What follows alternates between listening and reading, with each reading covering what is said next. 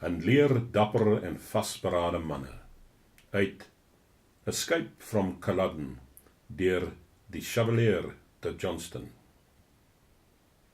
By geleenthede waar alles jou met angs vervul, behoort vrees op sy gesit te word.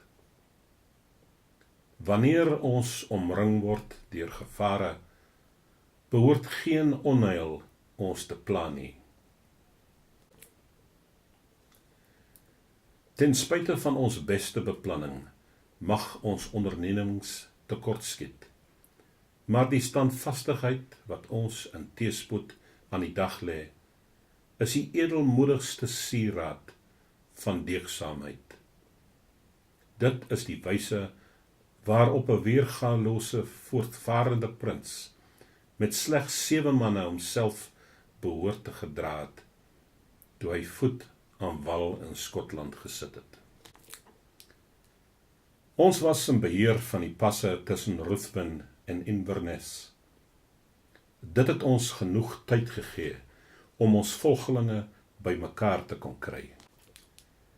Die Macpherson van Cluny Clan, wat uit 500 besonder dappere manne bestaan het, sowel as ander hooglanders, wat nie daarin geslaag het om Inverness voor die veldslag te bereik nie, het by ons by Ruthven aangesluit.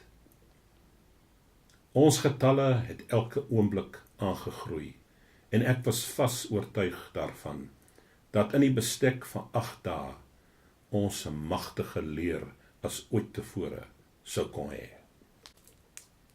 'n mag wat in staat sou gewees het om die stand van sake reg te stel en om wraak te neem op die barbaarse wreedhede van die hertog van Cumberland. Maar die prins was hardvochtig en vasberade in sy besluit om van sy onderneming af te sien en om dit op 'n roemlose wyse prys te gee. En dit terwyl die aandag van die hele Europa op die snelle vordering van hierdie krygstog gevestig was.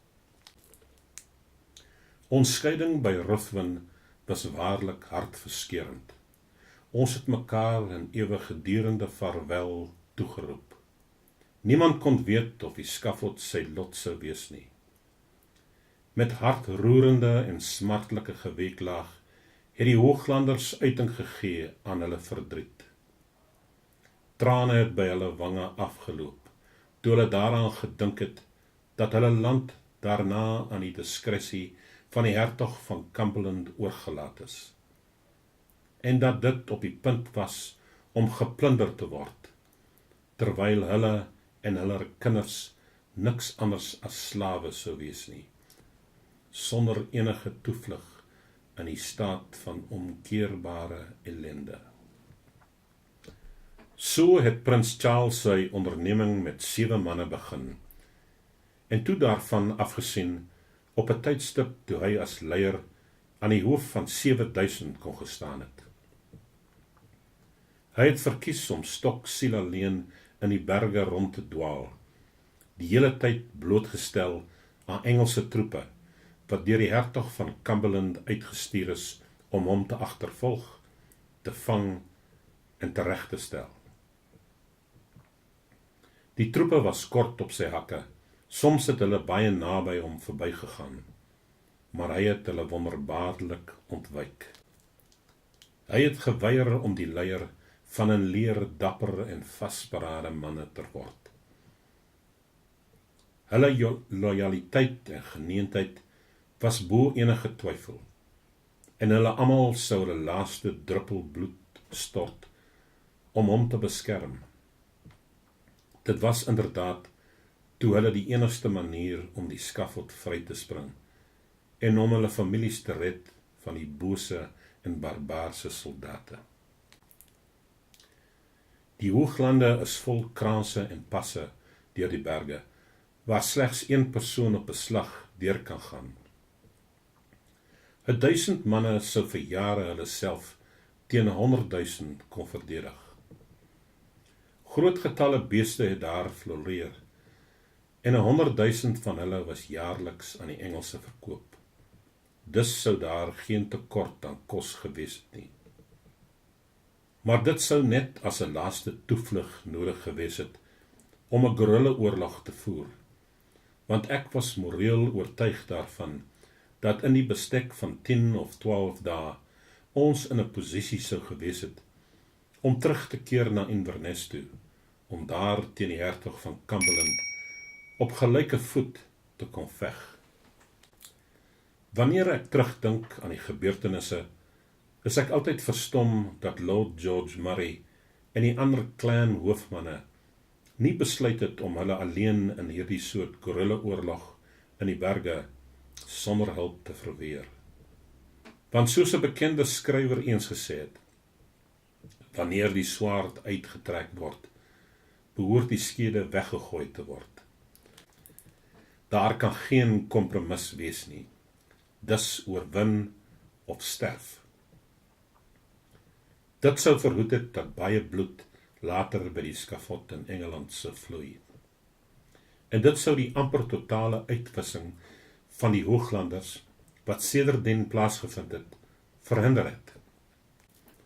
Dit het gebeur of deur die beleid van die Engelse regering, of deur die immigrasie van hulle families na die kolonies toe, of as geval van die talle Hooglandse regimente wat afgemaai is gedurende die 7-jarige oorlog van 1756 tot 1763.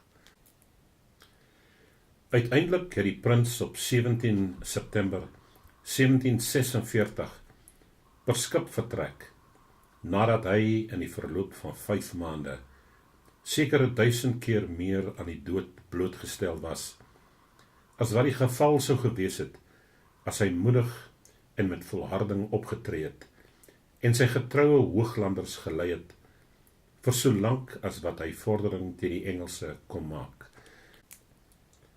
Na die passe met geweld oorgeneem is, en geen moontlikheid oorgebly het om die vyand die hoof te bied nie, kon hy net as 'n laaste uitweg sy toevlug geneem het deur weg te kruip en om sonder luipwagte in die Hooglande rond te dwaal.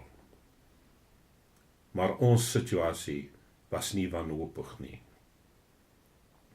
Al wat ons kan sê, is dat die prins sy ekspedisie roekeloos aangepak het, en sonder om vooraf bewus te wees van die persoonlike gevare waaraan hy hom sou blootstel. Hy het gesorg dat hy homself nie aan die vyand se vuur blootgestel het nie, en hy het daarvan afgesien toe hy 1000 meer redes gehad het om sukses met sy onderneming te kom behaal, as toe hy Parys verlaat het om dit aan te pak. Die nederlaag by die Culloden veldslag, wat op 16 April 1746 plaasgevind het, was as gevolg van 'n reeks dom foute wat ons begaan het, en nie omdat die hertog van Cumberland 'n bekwame generaal was nie. Die verlies as gevolg van die beëindiging van Prins Charles se onderneming het die toneel voorberei vir ongeëwenaarde gruwels vir sy partisans en het die verwoesting van baie van die mees hoogadelike Skotse families veroorsaak. By die Engelse skafotte was daar vir 'n lang ruk daagliks 'n stortvloed bloed van Skotse here en edelmanne.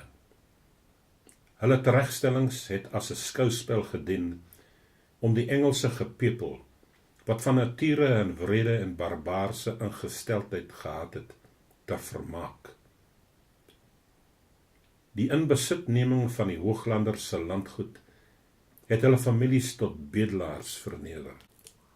Die van hulle wat gelukkig genoeg was om na oorseese lande te kon ontsnap, se vertroosting en beloning vir die verlies van hulle eiendom, was dat hulle 'n tragiese dood aan die hand van die Laksman vrygespring het.